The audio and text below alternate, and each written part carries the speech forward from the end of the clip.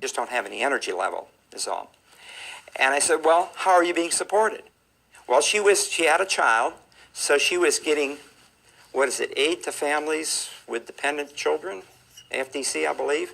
She was getting some type of Social Security, and she was also getting a disability check. So she was getting 3 forms of government support on a monthly basis. And I said, well, that's enough to qualify for a house payment. What about the down payment? She says, my parents will give me that. And so happily, we put together a deal for her. We bought a brand new house for her, and she moved into the house, and she paid for it with public assistance.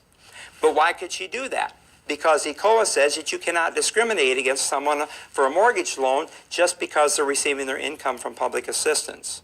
So maybe that'll help you remember the ECOA law a little bit. Now, the required disclosures under ECOA is you have to inform the applicants of the reasons for terminating or denying their credit, if requested. And hopefully none of you have ever been turned down for credit, but if you had been, you received a letter from the potential lenders saying, this is why I turned you down. That's part of the Equal Credit Opportunity Act. And then you have to inform holders of existing accounts of their rights to have the credit history reported in both spouses' names. So if both spouses are liable on that, that history is going to be reported in both of their names. And then finally, giving written notice of the requirement that the Act prohibits discrimination against credit.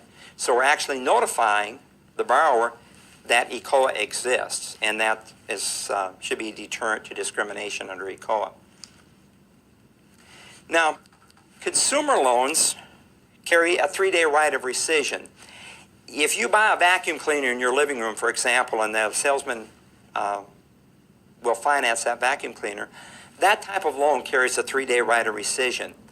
Most real estate loans do not, and I say most because there's an exception to the rule, and a lot of states' laws require that home equity loans do have a 3-day right of rescission. Typically, purchase money mortgages do not. When you sign the day of closing, you bought that house. You don't have 3 days to turn that loan back. With a home equity loan, a lot of states, the lender is going to say, I'm going to give you the home equity loan, but you got to wait 3 days, and I'll give it to you at the end of 3 days, because you've got 3 days to rescind that particular loan.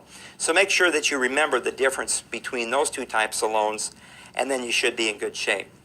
Well, that concludes the disclosures we're going to talk about today as far as Chapter 6 is concerned, and in a moment we'll go on with Chapter 7.